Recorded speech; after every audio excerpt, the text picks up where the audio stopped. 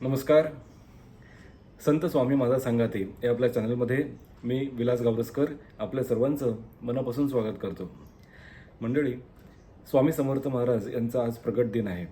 त्यानिमित्ताने एक स्वामींचा अनुभव मला शेअर करायचा आहे. काय झालं होतं, काही वर्षांपूर्वी ज्यावेळेला पूर्णपणे समर्पित होणं म्हणजे काय माहिती नव्हतं, भक्ती म्हणजे काय माहिती नव्हतं, म्हणजे भक्ती आणि कर्मकांड हे एकच आहे असं वाटत होतं. म्हणजे एखादी पूजा करणं, एखादी शांत करणं किंवा एखादा यज्ञ करणं म्हणजेच आपण भक्ती करतोय असं एक संभ्रम मनामध्ये होता, समज मनामध्ये होता. पण कन्फ्युजन मात्र कायम होतं की अरे हे दैनंदिन जीवनामध्ये खूप प्रॉब्लेम्स असतात आणि प्रत्येक वेळेला आपल्याला असं वाटतं की कोणीतरी आपल्या पाठीशी असावं, कोणीतरी आपल्याला आधार द्यावा आणि हे जे दुष्टचक्र आहे त्या दुष्टचक्रातून मला सोडवावं. खरं म्हणजे माणूस म्हटल्यानंतर आता ह्या सगळ्या गोष्टी येतातच. म्हणजे प्रॉब्लेमची शृंखला किंवा एक साखळी कायम तयारच असते. एक झालं की एक झालं की एक वेगवेगळी आव्हानं असतात तुमच्या नोकरीमध्ये, व्यवसायामध्ये, घरामध्ये, कौटुंबिक जीवनामध्ये. पण आपल्याला नेहमीच असं वाटतं ना की मला हे काहीच नको. माणसाची ती ह्युमन टेंडन्सी आहे, तसंच मला वाटत होतं. आणि त्या परिस्थितीमध्ये मला एक कट्टर स्वामी भक्त भेटले, योगायोगाने भेटले अगदी. आणि ते भेटल्यानंतर मग त्यांनी एक गोष्ट मला सांगितली की माणसं समर्पित करत नाहीत, देखावा खूप करतात की आम्ही हे केलं, आम्ही 2-2 तास पूजा करतो, आम्ही गळ्यात रुद्राक्ष घालतो, आम्ही बऱ्याच गोष्टी अशा करतो, उपवास करतो, मठांमध्ये जातो, दर्शनाला जातो, खूप काही गोष्टी आम्ही करतो, पण जे करायचं तेच आम्ही करत नाही. आम्ही कायम मागतो देवाला, काही ना काहीतरी मागतो. अर्थात मागणं हा सुद्धा एक आपला अधिकार येतो, कारण ती आपली माऊली असते, गुरु माऊली म्हणतो आपण त्यांना. त्यामुळे आईला नाही मागणार तर आपण कुणाला मागणार. पण त्याच्या व्यतिरिक्त त्याच्या पलीकडे आपण कधी बघण्याचा प्रयत्न करत नाही.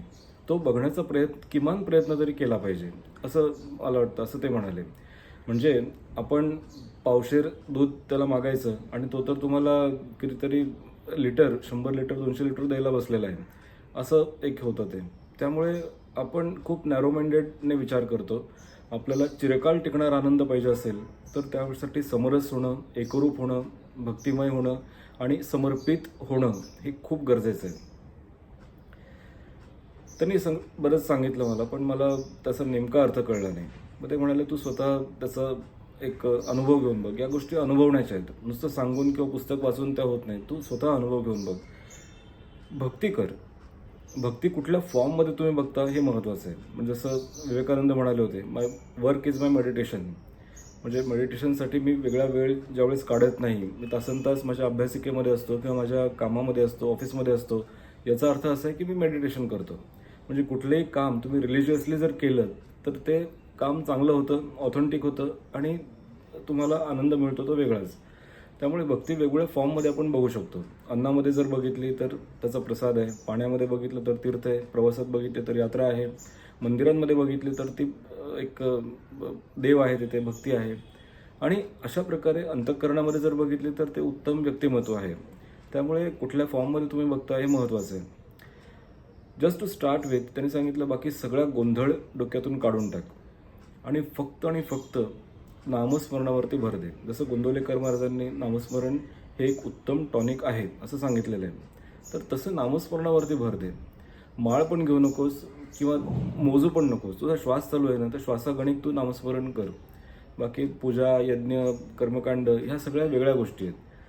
त्या चूक आहेत किंवा करू नयेत असं अजिबात नाही.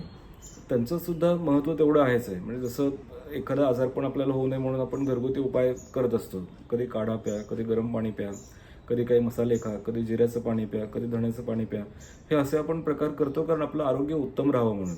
ते सुद्धा गरजेचं आहे. प्रत्येकच वेळेला आपण डॉक्टरकडे जात नाही. तसंच थोडंसं ह्या पण गोष्टीचं आहे की कर्मकांड हा वेगळा भाग आहे. दैनंदिन जीवनातल्या काही गोष्टी ज्या आपल्या हातापलीकडे असतात, जिथे आपण हतबल झालेलो असतो, तिथे काही काही छोटे छोटे उपाय करायला काही हरकत नाही.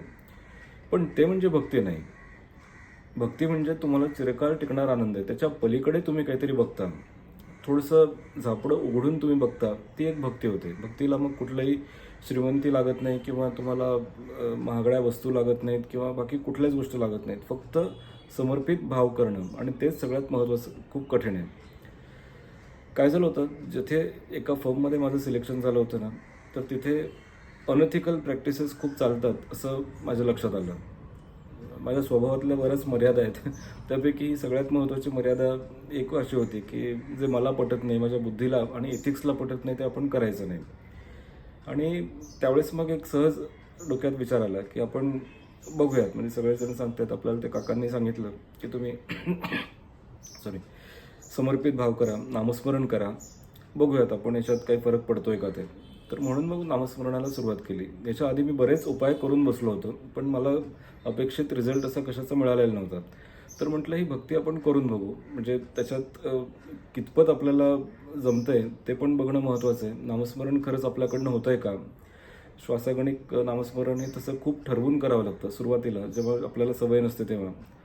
पण ते करायला लागल्यानंतर मला त्यातला एक आनंद थोडा थोडा मिळत गेला.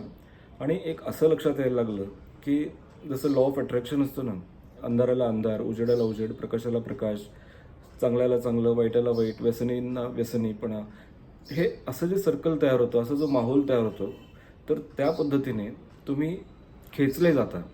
जे सत्संगी लोक असतात किंवा ज्यांना सहवास चांगला असतो, गुरूंचा आशीर्वाद ज्यांना मिळालेला असतो, किंवा जी माणसं कुठेतरी त्यांचं एक ॲप्टिट्यूड असतं की आपल्याला भक्ती किंवा स्पिरिच्युअलिटी, अध्यात्म याची आवड आहे, याची कास आपल्याला आहे, त्यांच्या संगतीमध्ये तुम्ही जाता. अशाच याच्यामध्ये एक सिंधी सिनियर होते, ते म्हणजे खूप सिनियर होते माझ्यापेक्षा. तर ते आमच्या फर्ममध्ये आले. आणि ज्यावेळेस मग सकाळी ऑफिसला जाताना मला टेन्शन यायचं की आज पुढे काय वाढून ठेवलं मला माहिती नाही. पण मग स्वामींना सारखं म्हणायचं की तुम्ही ही संधी दिली आहेत, आता तुम्ही याच्यावरती मार्ग काढा. आणि नामस्मरण माझं चालू असायचं. योगायोगाने माझी त्यांच्याशी गाठ पडली. आणि ते त्यांच्या गुरूंना मानत होते. त्यामुळे त्यांना मी थोडंसं हे सांगितलं. ते म्हणाले की काहीतरी तुला असं झालं आहे का, तुला खूप टेन्शन आल्यासारखं वाटतं, खूप दडपणात दिसतोस तू, तू एन्जॉय करत नाही आहेस का काम, काय प्रॉब्लेम आहे, तुला येतं हे सगळं काम, म्हणजे तू शिकलेला आहे, सर चांगलं हे झालेलं आहे, पण मग याच्यात तुला का असं हे होतं आहे. मी त्याला सांगितलं की हे सगळं असं अनएथिकल आहे असं मला वाटतं आहे. म्हणजे खोटी बिलं सबमिट करा, खोट्या गोष्टी काहीतरी करा, दुसरे जे करतात त्यालासुद्धा तुम्ही ग्रीन सिग्नल द्या, कुणाला काही बोलू नका, कुणाला सांगू नका. आणि हे असं करणं याच्यात काही अर्थ नाही ना, यात मजा नाही. मग ते म्हणाले अगदी सोपं आहे, तुला जे वाटतं ते तू लिहून काढ, एका कागदावरती नोट डाऊन कर, आणि स्वतःच्या व्हॅल्यूजला कॉम्प्रोमाइज करू नकोस. कारण ही करिअरची सुरुवात आहे, आणि करिअरमध्ये जर तुला असं वाटत असेल की यू आर नॉट हॅपी, तू सॅटिस्फाईड नाही आहेस, किंवा तुला मनाविरुद्ध काहीतरी करावं लागतं आहे, तर मग साहजिकच ऑप्शन दुसरे आहेत तुझ्यापुढे. तर ते तू ऑप्ट कर आणि बघ त्याच्यावर काय तुला एक हे होतं आहे ते. आणि त्या पद्धतीतून मग मी तसं विचार करायला लागलो की म्हणजे मला ही फर्म तर हवी, कारण त्याच्यामध्ये बरेच ॲडव्हान्टेजेस होते. मला वेगवेगळ्या परीक्षांना जो वेळ पाहिजे होता अभ्यासासाठी, तो अभ्यासासाठी वेळ मिळणार होता. त्यानंतर घराजवळच ते फर्म होती, त्यामुळे जाण्यायेण्यातला वेळ माझा वाचणार होता. आणि अशा बऱ्याचशा गोष्टी अशा होत्या की ज्या माझ्या फेवरमध्ये होत्या. त्यामुळे ती फर्म सोडणं मला तेवढंसं परवडणारं नव्हतं. पण तिथे काम करणं हे सुद्धा तितकं मला माझ्या एथिक्सला बसणारं नव्हतं. असा सगळा खूप डायलेमा होता. पण त्या नामस्मरणानंतर ज्या पद्धतीतून सगळ्या गोष्टी वर्कआउट होत गेल्या, ज्या पद्धतीची माणसं भेटत गेली, अशाच पद्धतीने एक दिल्लीहून शर्माजी म्हणून आहेत, तर ते आले. खूप धार्मिक होते ते, त्यांना अध्यात्माची खूप आवड होती. आणि त्यांनी सगळं सांगितलं, बघितलं सगळं. आणि ते म्हटलं आपण याच्यावरती मार्ग काढू काहीतरी. पण एक काम करा, तुम्ही 2 वर्ष अजून इथून कुठेही जायचं नाही, म्हणजे एक असा बॉन्ड तयार करू आपण. पण म्हटलं हे माझ्या स्वभावातल्या मर्यादा खूप आडत आहेत, आणि इथे जे बघतोय ते सगळीकडे चुकीचं वाटतंय ते.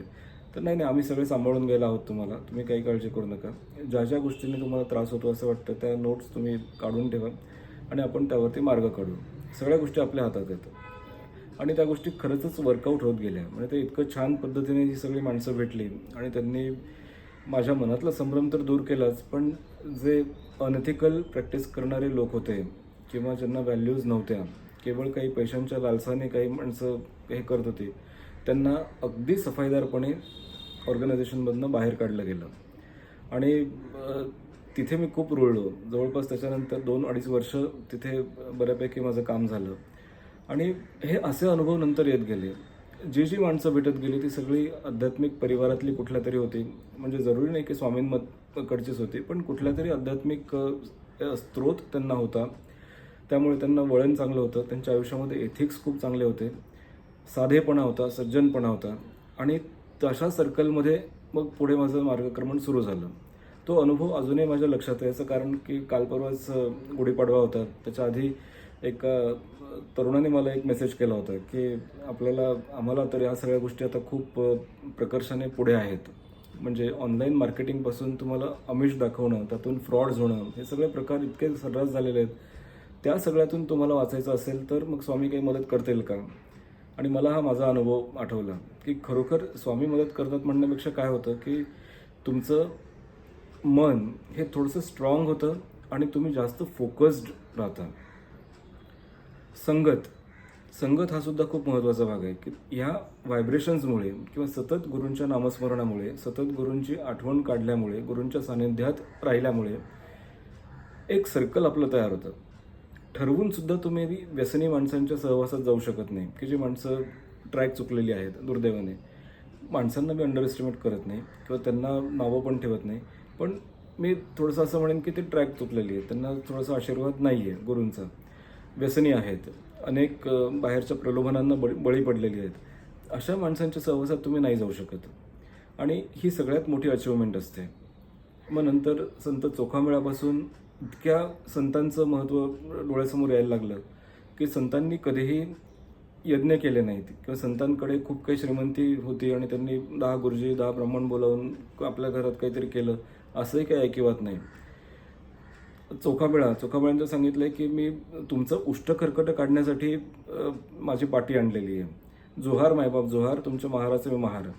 म्हणजे इतकी भक्ती त्यांच्यामध्ये होती, इतका तो भक्तिरस त्यांच्यामध्ये ओथंबून वाहत होता आणि त्यांना ती लालसा नव्हती, त्यांना अपेक्षा नव्हती. फक्त त्यांना एकच वाटत होतं की मला तुमचं दर्शन द्यावं, एकदा तरी मला तुमचं मुखदर्शन मिळावं, हीच एक फक्त आस त्यांना होती. आता त्या प्रकारची भक्ती आपण करू शकत नाही. आपण खूप सामान्य आहोत. आपल्याला आपल्या मर्यादा माहिती असतात खरं म्हणजे, पण तरीसुद्धा कलियुगामध्ये त्यातल्या त्यात जे शक्य आहे ते खरंच आपण करू शकतो आणि तो अनुभव मला खरंच महत्त्वाचा वाटला. तेव्हापासून इवन आस्थागायतसुद्धा ज्या काही मंडळींचं व्हायब्रेशन्स मिळतात किंवा सहज कुठूनही एखादी व्यक्ती फोन करते, एखादी व्यक्ती बाजारात भेटते आपल्याला, त्या सगळ्या व्यक्तींच्या भेटण्यामागे असं वाटतं की स्वामींचं काहीतरी कारण आहे. काहीतरी आपल्याला शिकायला मिळावं, काहीतरी चांगली गोष्ट आपल्या आयुष्यामध्ये घडावी, काहीतरी चांगला विचार आपला ऐकावा, हा त्यामागचा कदाचित उद्देश असतो. आणि ही सगळी किमया आपले गुरु आपल्यासाठी करत असतात. म्हणून नामस्मरण हे तितकं महत्त्वाचं आहे.